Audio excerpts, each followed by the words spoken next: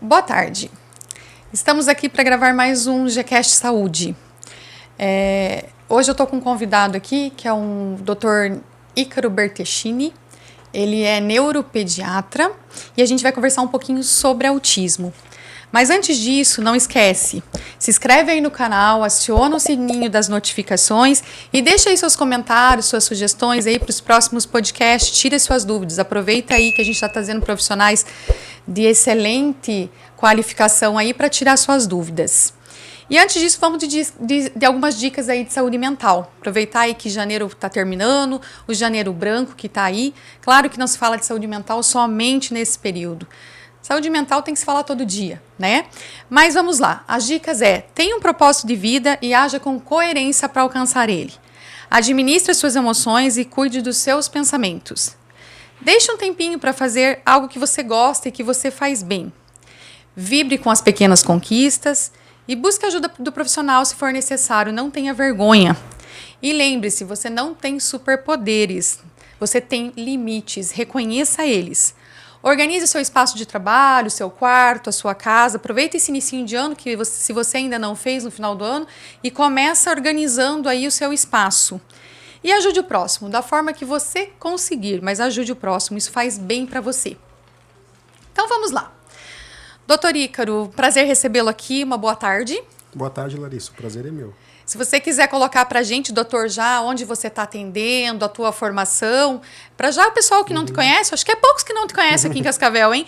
Apesar de não ser tanto tempo que você está atuando, que você está em Cascavel, não sei se você era de Cascavel, acho que não, né? Mas, enfim, apesar de não ter tanto tempo, já é um médico super conhecido, até porque é escasso neuropediatra aqui nessa cidade, né, doutor? Eu sou médico neurologista e neuropediatra, sou formado aqui pela UniOeste de Cascavel. Depois fiz residência médica na UEL, Estadual de Londrina. Hoje eu atendo no meu consultório na clínica Ineuro, no edifício Green. E para fazer algum agendamento, tem algum Instagram, algum contato, doutor, que você queira deixar para nós? A gente tem a nossa página no Instagram, né, @ineurocascavel, e tem o nosso telefone, que é no 45 9986 2188. É difícil de conseguir horário. A gente sempre dá um jeitinho, Dá um jeitinho. Sempre encaixa. Então, tá bom. Então, assim, depois a gente deixa aí no rodapé o Instagram da clínica e o contato do doutor, caso você queira, né, tirar alguma dúvida, fazer uma consulta, pegar uma opinião, aí vai ficar aí o contato para você. Então, vamos lá, doutor, vamos falar de autismo. Eu sei que o neuropediatra atua em várias doenças aí neurológicas da criança, mas, assim, o autismo, ele parece que explodiu nesses últimos tempos, né? O que seria o autismo?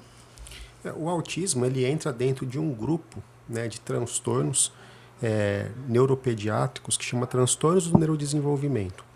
Então, e o autismo é o principal deles. Tá? O que é o autismo? O autismo é uma condição congênita, quer dizer, a pessoa já nasce com essa predisposição a desenvolver, que é caracterizada por déficits na comunicação, interação social e comportamentos restritos e repetitivos. Então, ele é um conjunto de sinais e sintomas. A isso a gente denomina transtorno do espectro autista. E tem alguma idade específica para o autismo? O autismo ele tem que se manifestar na infância. Muitas vezes ele não é diagnosticado, mas os sinais e sintomas têm que estar presentes desde a infância. Não tem como a pessoa começar com sinais e sintomas de autismo na vida adulta. Então pode ser que ele se identificou como autista na vida adulta porque era considerado, sei lá, uma criança tímida, envergonhada, e não era bem isso, não foi diagnosticado às vezes. Exatamente, a gente sempre tem que voltar lá atrás. Tá? Então ele começa na infância, por isso que ele é chamado de neurodesenvolvimento. É como se o desenvolvimento neurológico acontecesse de um modo um pouquinho diferente do planejado. Certo. É isso que aconteceria. E como que é feito o diagnóstico de autismo?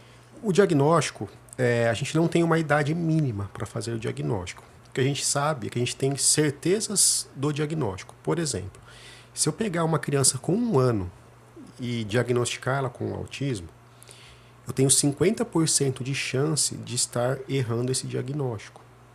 É muito pequenininha. Ainda mais se for um caso mais discreto, não for um caso grave. Nos casos graves, geralmente a gente consegue. Com 1 ano e 2, 1 ano e 3 meses, já aumenta a minha probabilidade de acerto diagnóstico, é muito mais confiável, vai para 86%. Então, veja, não tem uma idade mínima. Desde muito cedo a gente pode perceber atrasos, né, e características do autismo. Mas, geralmente, para fechar esse diagnóstico, a gente espera 1 ano e 2 meses, 1 ano e 3, a partir disso. E é como que é feito esse diagnóstico? É um exame de sangue que faz? É um exame de imagem, uma tomografia que eu vou lá e vejo? Não sei, algumas pessoas falam até que tem alterações de gene. Não sei se isso procede ou não. Seria uma das causas do autismo. Não sei se pode avaliar dessa forma. Mas como que é feito esse diagnóstico? É mais pela anamnese ali, pelo histórico clínico? Ou tem algum exame, alguma coisa que é feito? Até hoje, a gente não tem nenhum exame que é usado para diagnóstico. A gente usa alguns exames depois que a gente faz o diagnóstico para ver se tem alguma alteração, como testes genéticos. Mas o diagnóstico é feito clinicamente. O que a gente vai avaliar? A gente vai avaliar o desenvolvimento daquela criança. Questões de comunicação, questões de interação social, questões de brincar funcional, questões de alimentação, se ela tem ou não seletividade alimentar, se ela tem ou não uma hipo ou hiperresponsividade a algum estímulo ambiental, por exemplo, algum estímulo olfativo, algum estímulo sonoro. E esse conjunto de alterações que destoam do desenvolvimento de uma criança da mesma idade, a partir do momento que ela preenche um conjunto dessas alterações, a gente consegue fechar ela como dentro do espectro autista. Então, às vezes, não é em uma sessão que você já vai dizer assim, essa criança é autista ou não. Às vezes não, às vezes a gente vai precisar de um acompanhamento a longo prazo, 6 meses, 1 ano. Às vezes eu vou precisar que essa criança seja avaliada por outros profissionais, como um psicólogo, um fono, um terapeuta ocupacional, um fisioterapeuta. Vou precisar que a escola me relate como essa criança é lá, para depois eu juntar tudo isso e ver se ela preenche critérios para o espectro autista ou não. É complexo, então, o diagnóstico. Sim, ele é complexo porque ele é multiprofissional e não existe um exame, um marcador biológico. Então isso dificulta muito o diagnóstico, principalmente nos casos leves. E até porque quando você dá um diagnóstico para um pai, para uma mãe, para uma família, né?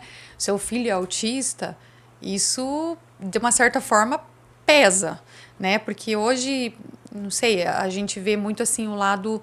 A gente sabe que tem altas habilidades, né?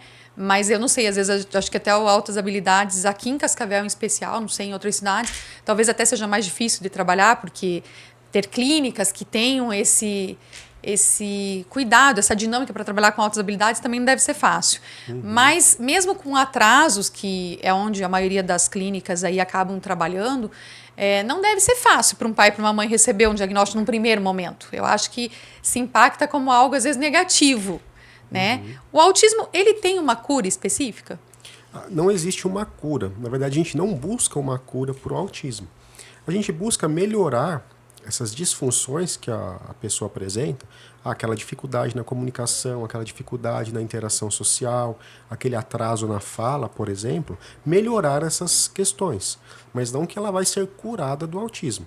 Vamos supor, eu posso ter uma criança que eu diagnostiquei ela com autismo, com atraso de fala, com atraso motor, lá com seus 2 anos, a gente fez terapias e ela melhorou.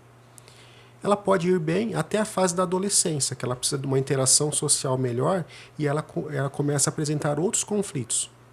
Então, assim, ela pode estar melhor dos sintomas, mas ela não deixa de estar no espectro autista. Lá na frente isso pode causar ou não prejuízos a ela. Até porque, então, o autismo não é uma doença. Ele, não é uma doença, né? Então vai ter uma cura porque não é uma doença. É um tipo de atraso de desenvolvimento ali, como outras doenças neurológicas que também tem algumas que têm atraso também. Não é só o autismo que tem esse atraso, né? Exatamente. É uma maneira diferente, né, do cérebro processar as informações. Então, não é uma doença. Ele processa as informações, mas de uma maneira diferente. A gente vai precisar ajustar uma ou outra coisa para que aquele indivíduo tenha uma vida dentro da normalidade. Então, se ele for diagnosticado precoce, o quanto antes, e se ele conseguir fazer o tratamento, que eu acredito que seja medicamentoso também, e o tratamento com terapias, né, que eu acredito que seja isso aí, o tratamento, ela pode ter uma qualidade de vida e pode se inserir na sociedade, ter uma profissão e ter um desenvolvimento como qualquer outra pessoa.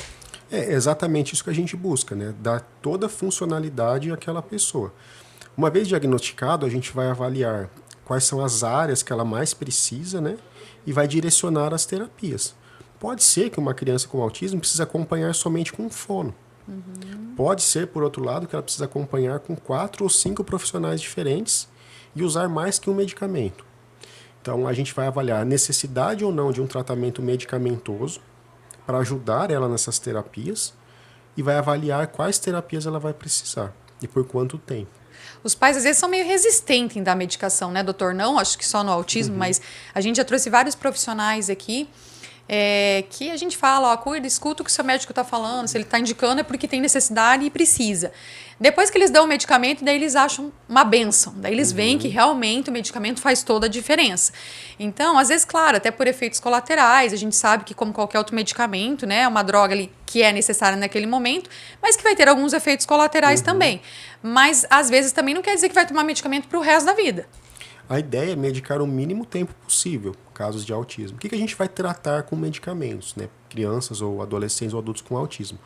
Alguns sintomas-alvo que a gente fala. Então a gente vai tratar a irritabilidade, a agressividade, a agitação com hiperatividade, a desatenção, dificuldades de sono, ansiedade, um transtorno depressivo.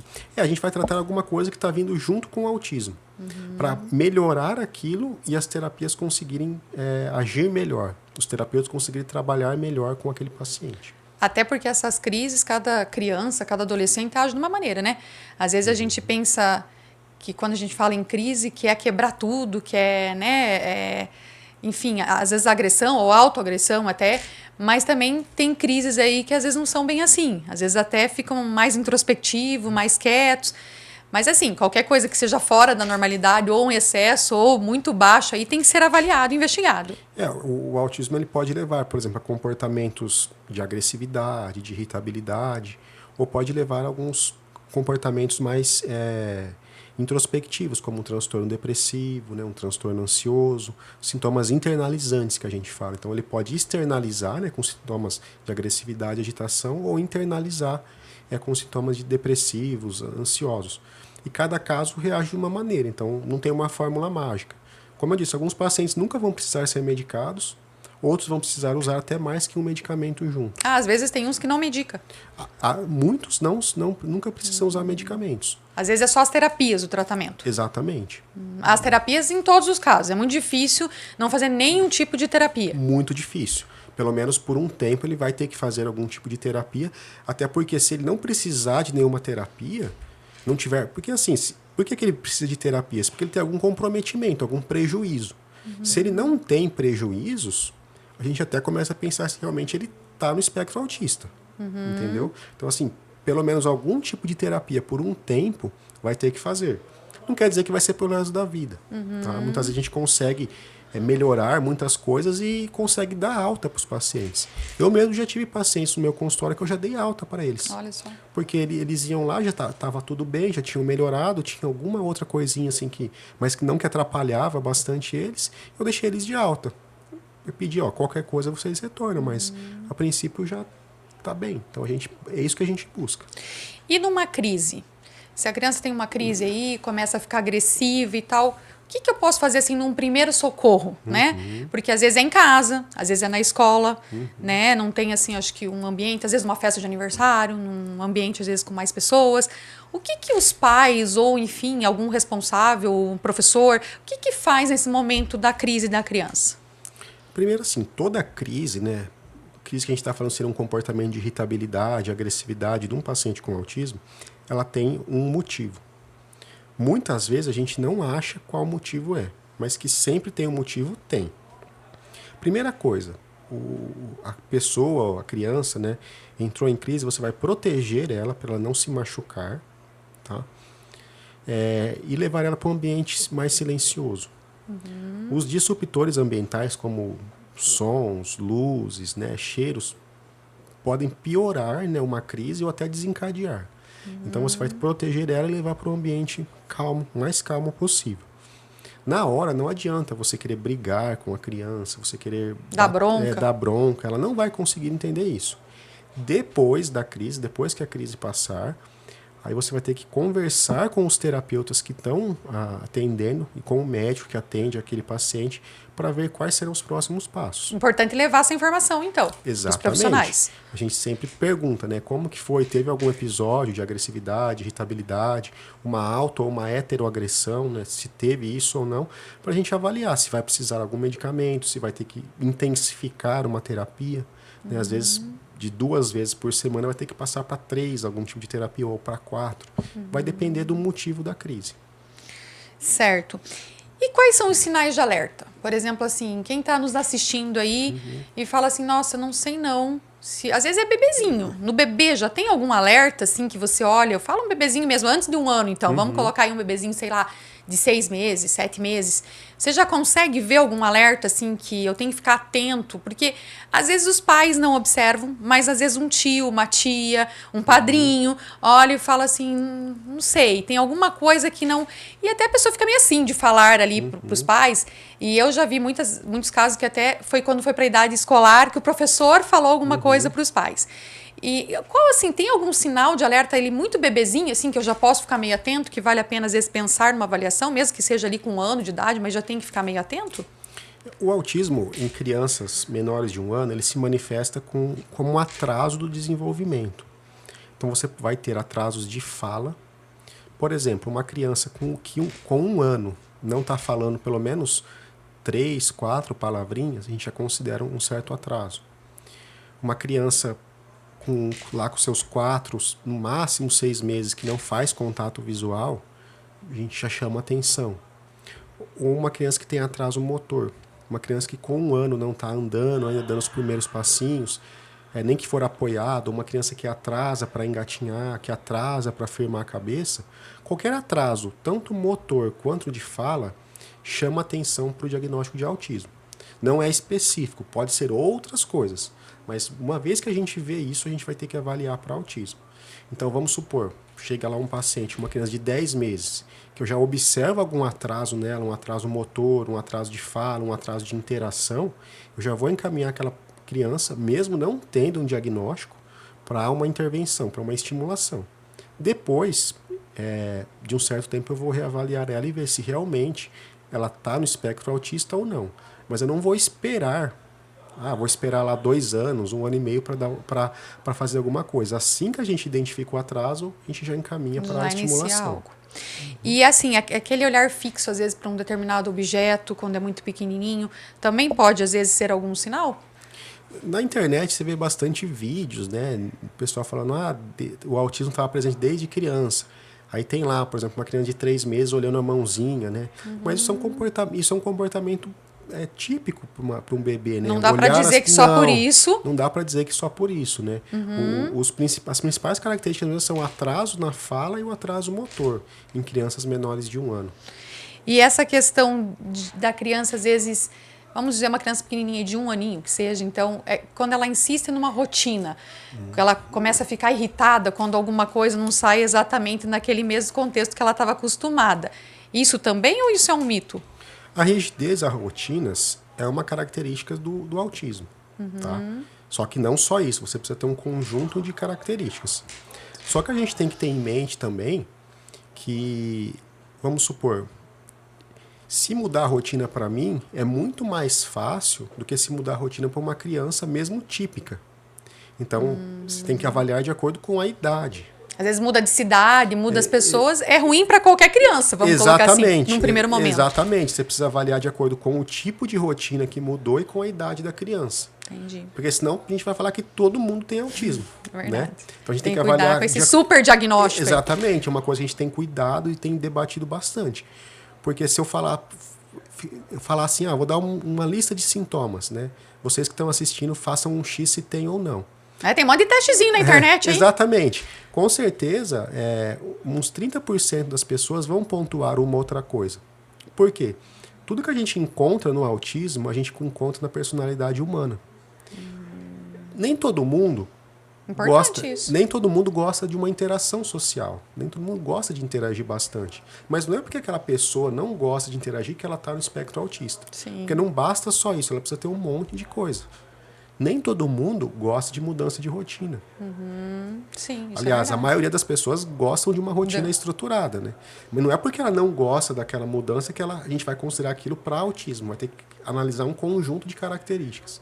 Então é um pouquinho mais complicado, principalmente em adolescentes e adultos. A gente tentar mensurar essas dificuldades.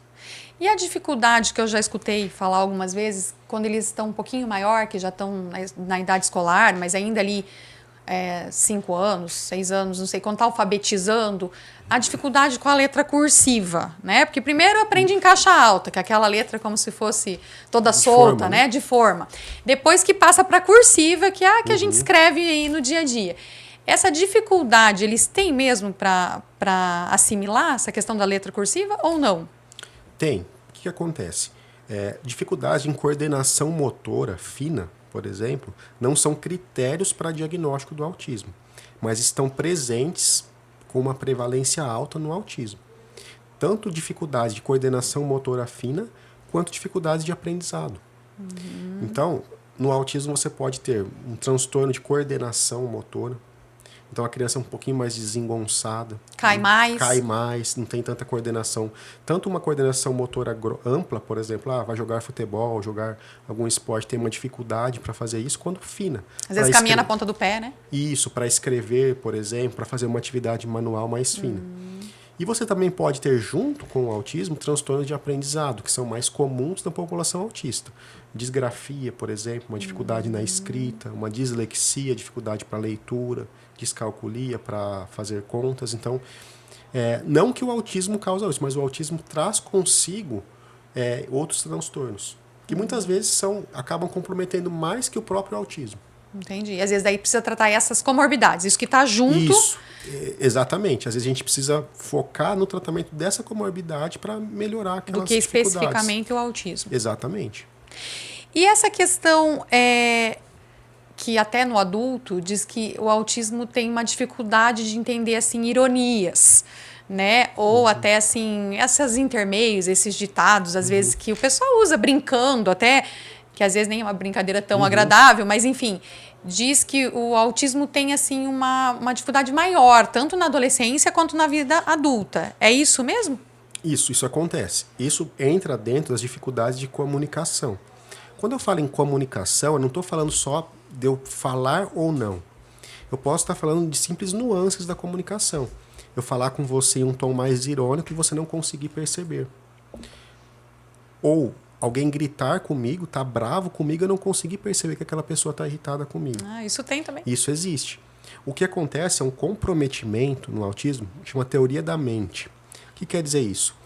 É a capacidade que o ser humano tem de se colocar no lugar do outro e tentar imaginar o que o outro está pensando naquela situação.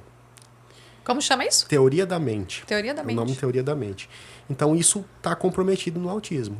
Uns menos, outros mais. Então isso é bem característico. Nossa, que difícil, né? Às vezes no mercado de trabalho, a pessoa acha que às vezes, sei lá, tá meio, igual você falou, gritando, chamando atenção, e parece que a pessoa tá fazendo pouco caso, mas não é que tá fazendo pouco caso, é que às vezes ela não consegue ter aquela percepção do tamanho grave que foi, às vezes, aquela atitude ali para os outros que estão ao redor. Exatamente. Esse é um tipo de sintoma que começa a aflorar na adolescência, fase adulta. E às vezes é isso que busca o indivíduo a tentar achar um diagnóstico. Porque às vezes é difícil até para ingressar no mercado de trabalho. Exatamente. Ou permanecer, né? Exatamente. E com isso ele também tem dificuldade de manter um contato visual, né? de interpretar as emoções que o outro está manifestando pelo contato visual. Isso vai levar a diversos comprometimentos. O do mercado de trabalho é um bem importante que acontece. Certo. E tem graus o autismo? Isso existe mesmo? Ele é classificado em níveis, né, em graus, que é 1, 2 e 3. O que vai definir se tal paciente é grau 1 ou grau 3 ou grau 2 é o nível de suporte que ele precisa, o nível de ajuda que ele vai precisar. Certo. A grosso modo, o grau 3 precisa de muita ajuda, ele precisa de um suporte para praticamente todas as atividades da vida diária. E o nível 1 precisa de pouco suporte para poucas atividades. Às vezes nem medicar no nível 1. Às vezes nem usar medicamentos. Tá? O 3 já é muito difícil não usar medicamento. Não, pode ser que ele não use. Tá. Né? Geralmente, quanto mais aumenta o nível, maior a chance de ter comorbidades, como deficiência intelectual, epilepsia, e aí você vai precisar de medicamentos específicos para essas comorbidades. Entendi. E a gente classifica também, o que ajuda a classificar o nível é o nível de comprometimento de linguagem, se tem ou não comprometimento na linguagem, ou se tem ou não comprometimento intelectual. Isso, vamos supor, um paciente com autismo, sem comprometimento de linguagem, sem comprometimento intelectual, é um autista nível 1. Agora, a combinação mais grave, um paciente com autismo, com ausência de linguagem, ou seja, não desenvolveu nada de fala, e com deficiência intelectual. Seria o nível 3. E todas as outras combinações disso seria o nível 2. É um pouco subjetivo, a gente fica numa zona assim, meio nebulosa, entre o nível 1 e o 2, e 2 e o 3. Às vezes uma hora parece que está no 3, outra hora parece que está no 2. Não é definido, não é definitivo. Então, com o tempo, pode mudar os níveis. Até porque aquilo que a gente sempre fala, né, doutor? O tratamento ele é personalizado. Ele não é igual para todas as crianças, para todos os pacientes. E as pessoas mudam também. Eu acredito que às vezes uma criança vai consultar com você e dali 6 meses está outro tipo de criança. Né? Pelo tratamento que está sendo executado, pela já resposta do medicamento ou pela resposta até das terapias. E aí cada momento tem que ser reavaliada e vai ajustando o tratamento para essa criança. É exatamente isso. Algumas coisas melhoram, outras podem aparecer, outras podem piorar. Às vezes os pais falam, mas ele não tinha isso quando tinha 2 anos. Você vai lá, a criança está com 6. É porque ela cresceu, ela desenvolveu, então vai aparecer mais coisas. Isso é inevitável. Chegando na adolescência, vai aparecer outros sintomas também. Então é exatamente isso. A gente vai, com o tempo, balizando para onde vai as terapias. E o autista tem muito essa questão de repetição? Os comportamentos repetitivos, né, restritos e repetitivos, é um critério principal, é um critério obrigatório para o diagnóstico. Então, virtualmente, né, todos os autistas têm que preencher esse critério.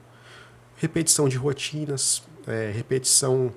Uma coisa simples, né, um comportamento repetitivo. Vai sempre no mesmo lugar e faz sempre a mesma coisa, por exemplo. Né, uma dificuldade de provar coisas novas. Tudo faz parte desses comportamentos repetitivos. Certo. E outro dia eu vi alguma coisa sobre autismo regressivo. Existe isso? Esse é um termo mais antigo, né, que se chamava autismo regressivo. A gente não usa na prática mais, mas o que quer dizer o autismo regressivo?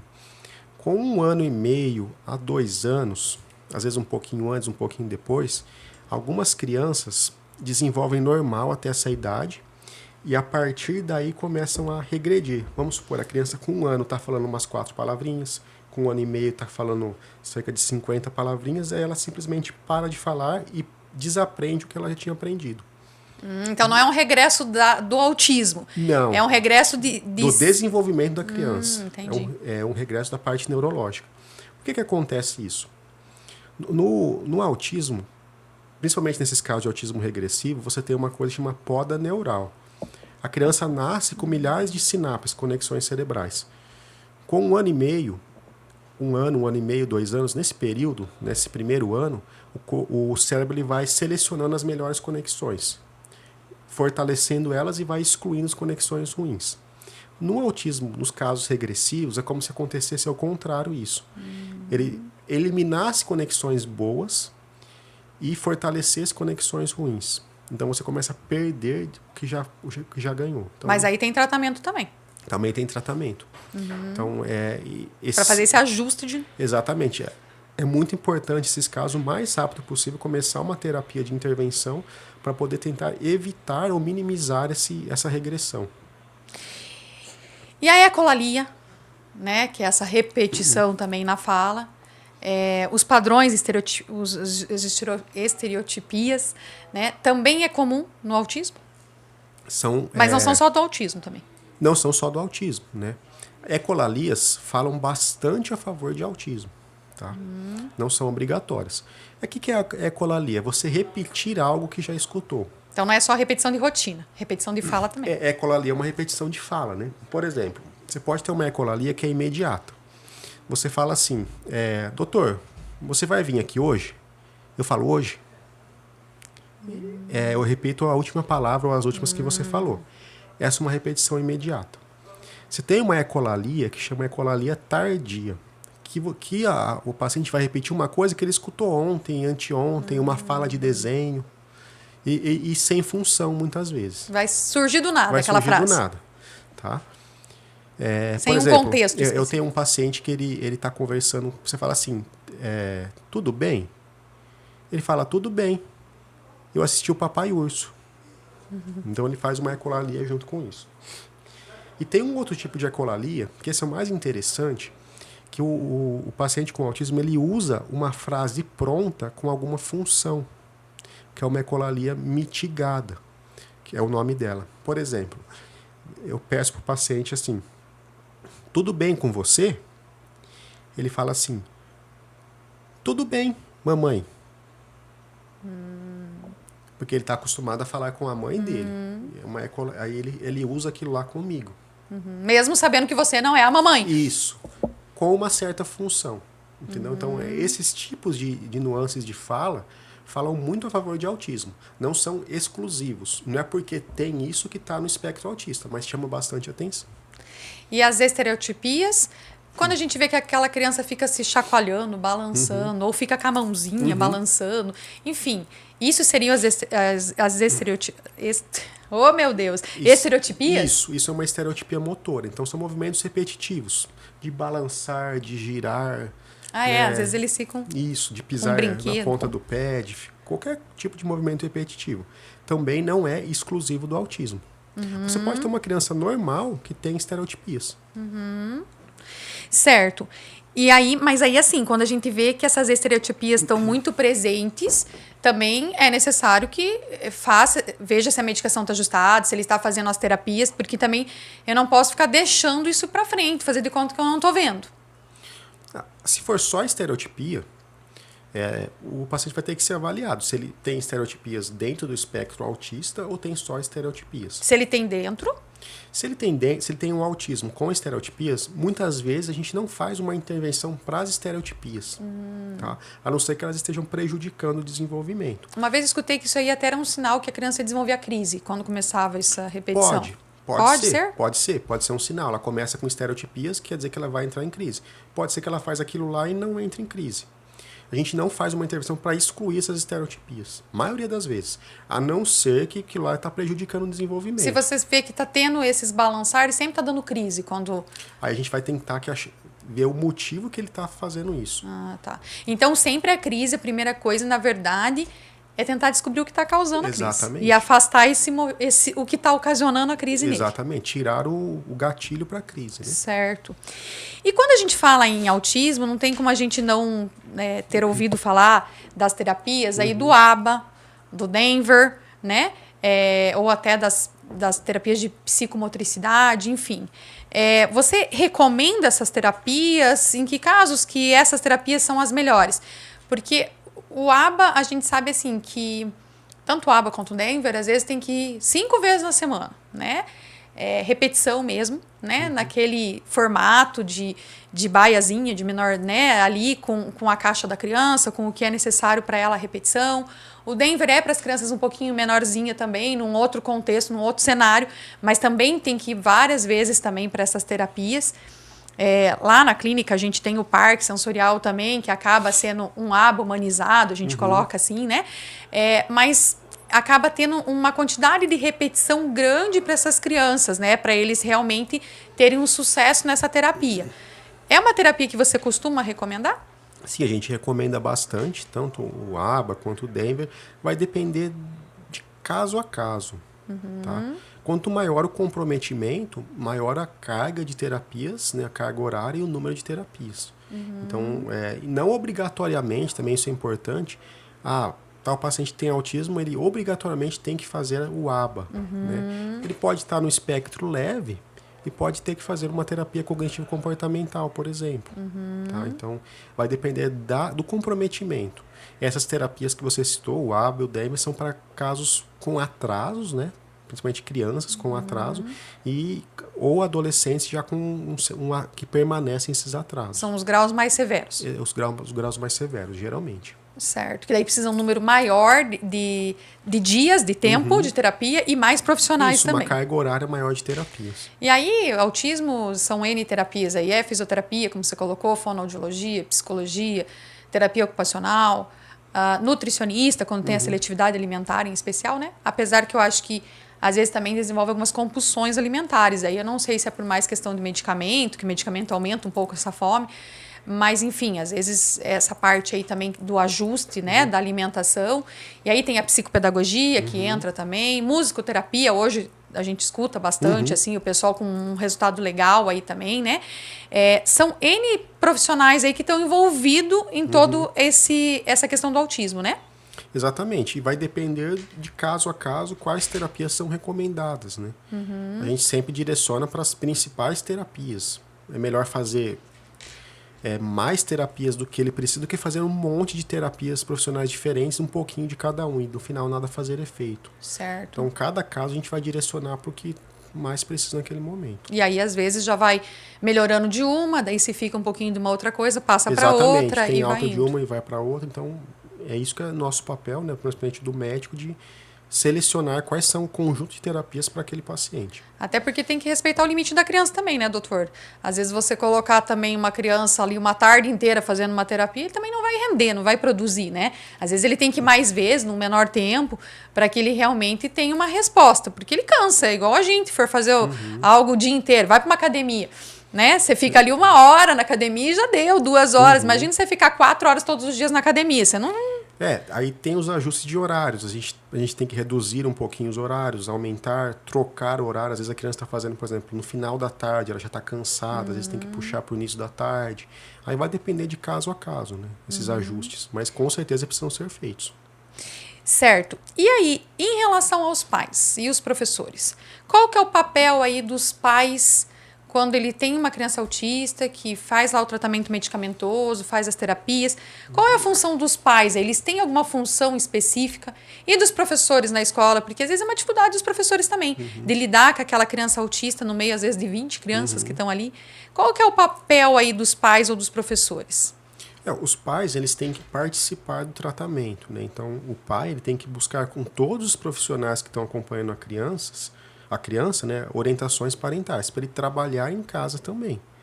Então, vamos Senão não dizer, resolve, né? senão não vai funcionar. Então, ele está sendo a psicóloga lá, o ABA, tá fazendo tal terapia com ele naquela sessão.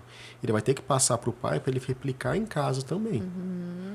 Então, importantíssimo, né, para ter resposta. importantíssimo. Se não só aquelas 30 minutos, às vezes 40 que vai ficar ali no consultório, às vezes uma vez na semana, 2. Não vai funcionar. E os outros dias não trabalhar, não vai adiantar. Exatamente. Então, o pai tem que replicar as terapias em casa, então ele tem que buscar com todos os profissionais e a escola, idealmente, também.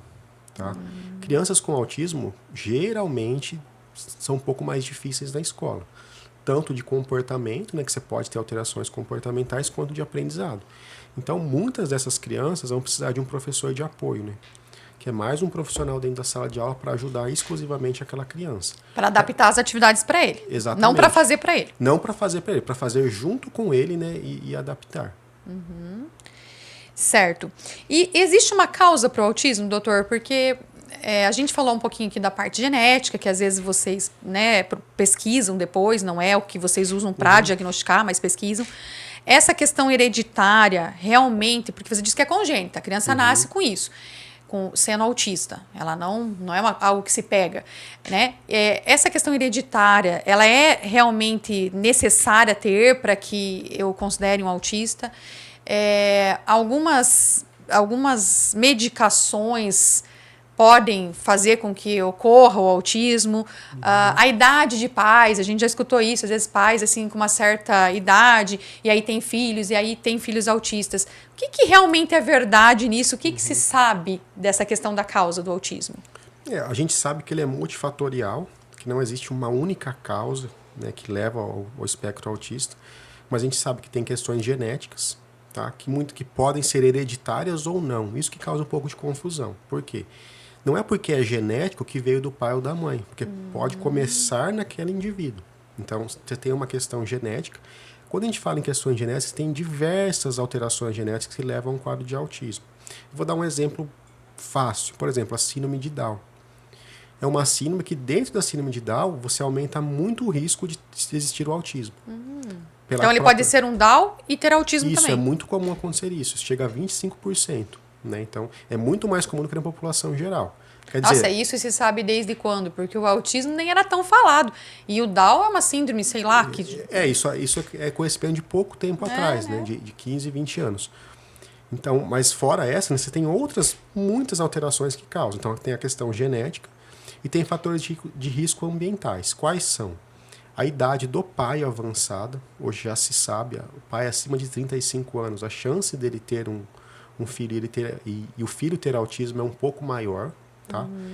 Não quer dizer que vai ter, Não quer dizer que vai ter, tá? mas tem uma Porque, chance maior. eu não vou falar assim, essa criança tem autismo, mas o pai é novo, então ela não tem. Sim. Entendeu? Isso são pesquisas. E também não quer dizer que porque ele tem um filho com mais de 35 anos, vai ter certeza que vai nascer com autismo. Exatamente, confere um pouco mais de risco. Uso de alguns medicamentos pela mãe durante a gestação, tá? Alguns anticonvulsivantes, por exemplo, pode levar a um quadro de autismo.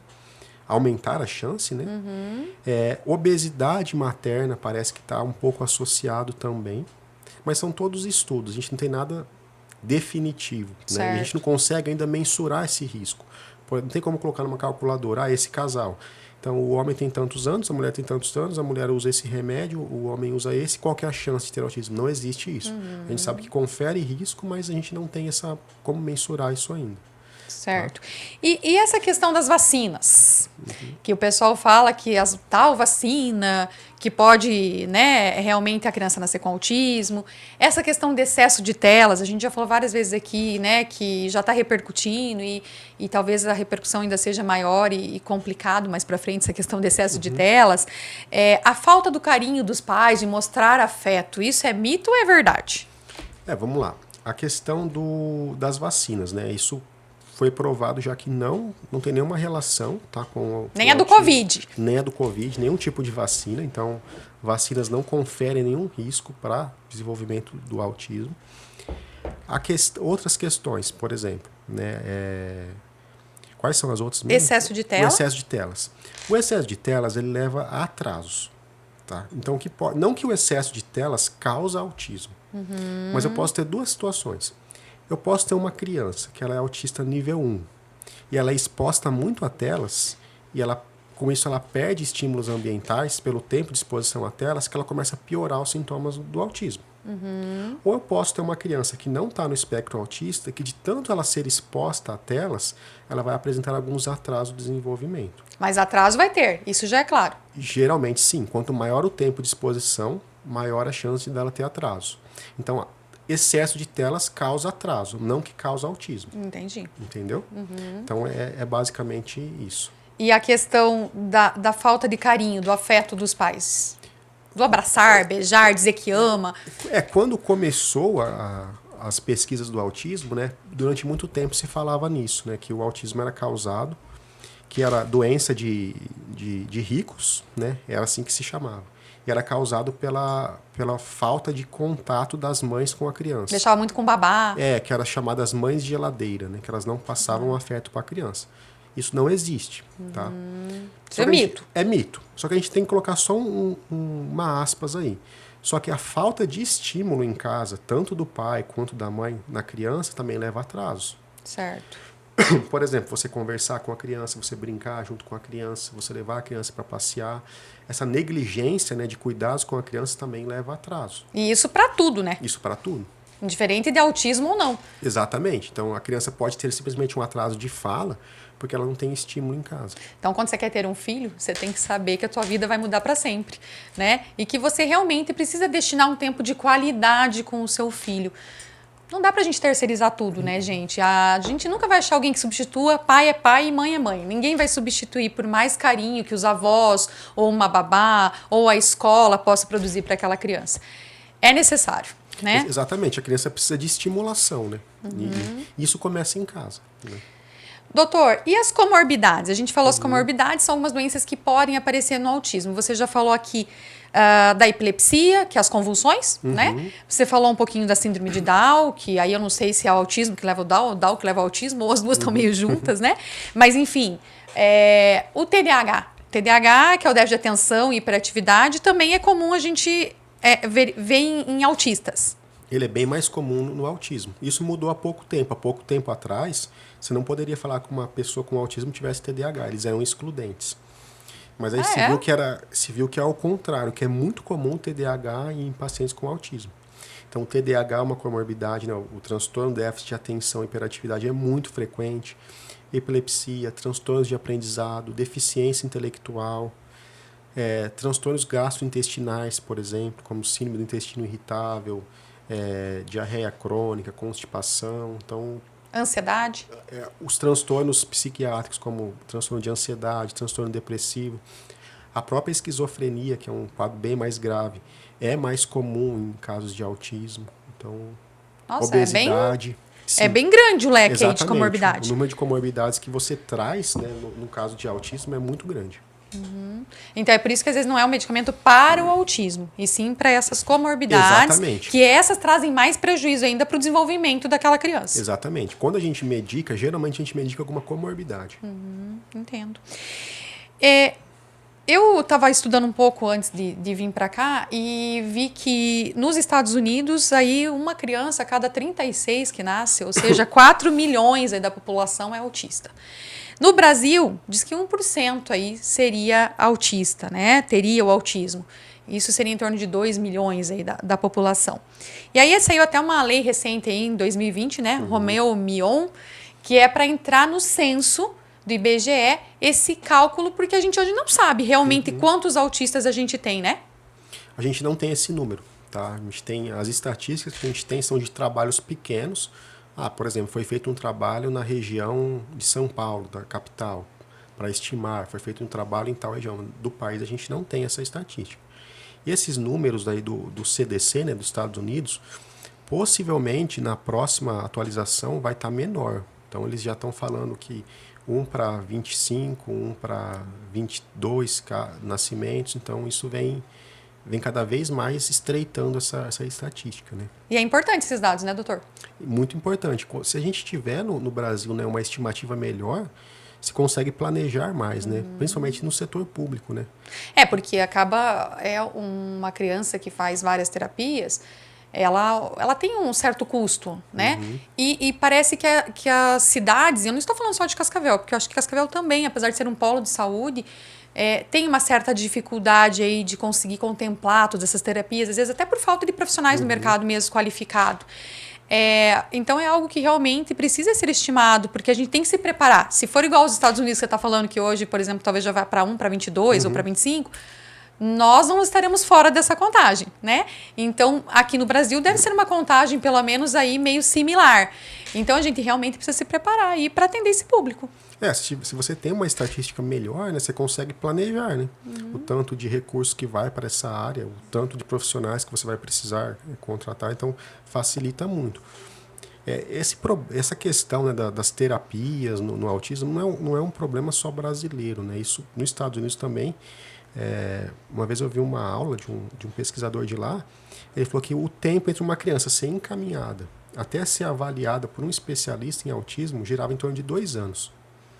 Não é muito diferente do que a gente convive aqui hoje, né? Então, essa carência de profissionais que trabalham com autismo, que têm esse conhecimento... É mundial. É mundial. Porque é algo que começou a se conhecer há pouco tempo, né? Diferente, por exemplo, de um caso de uma fratura de perna, né? Que isso já se conhece há muito tempo, então você tem muito mais profissionais, muito mais centros para isso. O autismo é algo muito mais novo, né? Certo. Bom, doutor, sei que você está terminando o teu mestrado também. Em que área que é o teu mestrado? Meu mestrado é na parte de bioética e autismo. Então, a gente fez uma pesquisa, uma revisão sobre os princípios bioéticos que norteiam tanto as pesquisas, né, quanto as intervenções em pacientes com autismo. Por exemplo, uma das questões que a gente está investigando é assim: até quando seria ético eu fazer um diagnóstico pré-natal genético de autismo? Você está grávida. Teve essa conversa mesmo, que às vezes na gestação já dá para saber. Exatamente. Vamos supor, você está grávida e eu tenho um teste, a gente não tem desse teste, mas talvez a gente possa ter no futuro, né? E eu falo assim, olha, seu filho vai ter autismo. E agora? Até quando seria ético isso, né? Sim. Ou vamos supor, você e seu marido têm autismo, e eu falo assim, vocês não vão engravidar, porque a chance dele ter autismo é 70%, por exemplo. Então, essa é uma das áreas que a gente está estudando. Interessante. Bom, doutor, eu acho que é isso. Eu vou pedir para você fazer as suas considerações finais aí sobre o autismo. Não sei se você quer dar algum recado ainda para os pais, para os professores, enfim. O autismo não é o fim de nada, é o início de tudo, né, doutor? Então, assim, não é porque você tem um filho autista que você tem que se desesperar. Como o doutor falou, era considerado uma doença de rico, né? Hoje a gente vê que não é isso, gente. O autismo está em todas as classes sociais, mas por isso existe tratamento também na rede pública, na rede privada.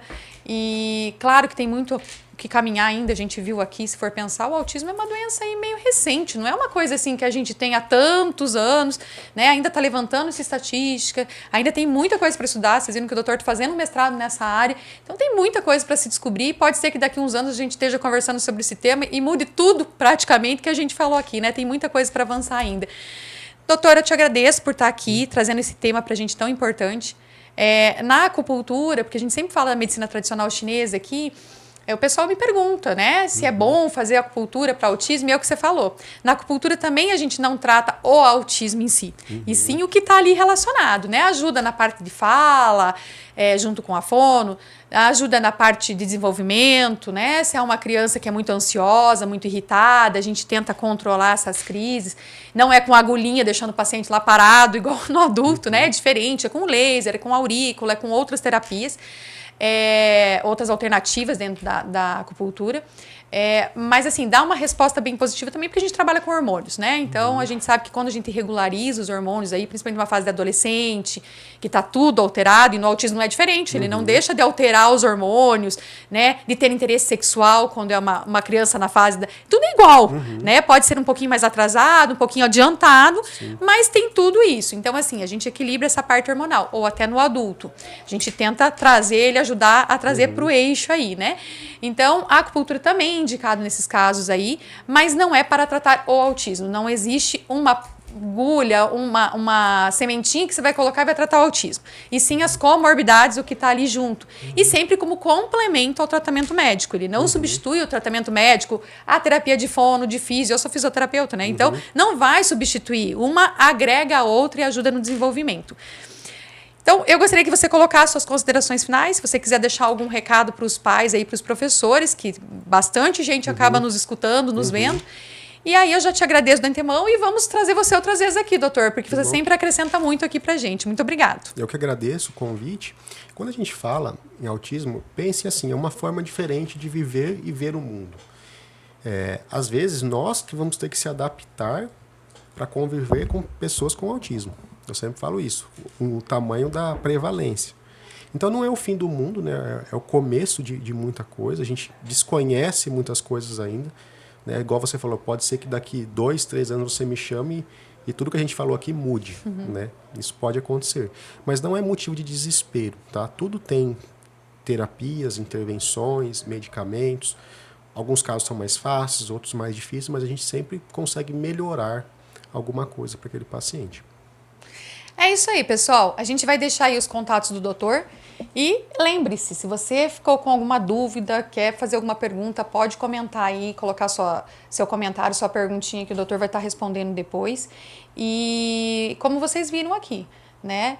Se tem algum sinal de alerta, marque uma consulta, tire a sua dúvida, porque melhor do que qualquer coisa é você conversar com um especialista e tirar qualquer minhoca aí da cabeça. Não fica pensando em 1001 coisa e às vezes não tem nada a ver e sofrendo com aquilo. E aí, assim, quando você sabe de algo também, você sabe como conduzir isso. O que eu tenho que fazer com essa informação? Quando você conversa com um profissional, ele vai fazer o diagnóstico, mas ele vai te dar o tratamento também, as linhas. Então, assim, converse com um profissional. Não adianta conversar com o vizinho, com alguém que já tem autismo ou não, né? Você pode trocar essas informações, mas vai num profissional. Ele é a pessoa certa para direcionar você no melhor para o seu filho ou para a sua vida. Se você é um autista aí adulto, ficou na dúvida aí, será que eu tenho, será que eu não tenho? Procura um neuro, né, para fazer essa avaliação. O doutor é neuropediatra, mas tem vários neuros bons aí na cidade, né? Se você ficar com dúvida e quiser perguntar qual o neuro que ele indica, alguma coisa, pode colocar aí no seu comentário que depois a gente passa para você aí também. É isso, gente. Muito obrigado e até a próxima semana.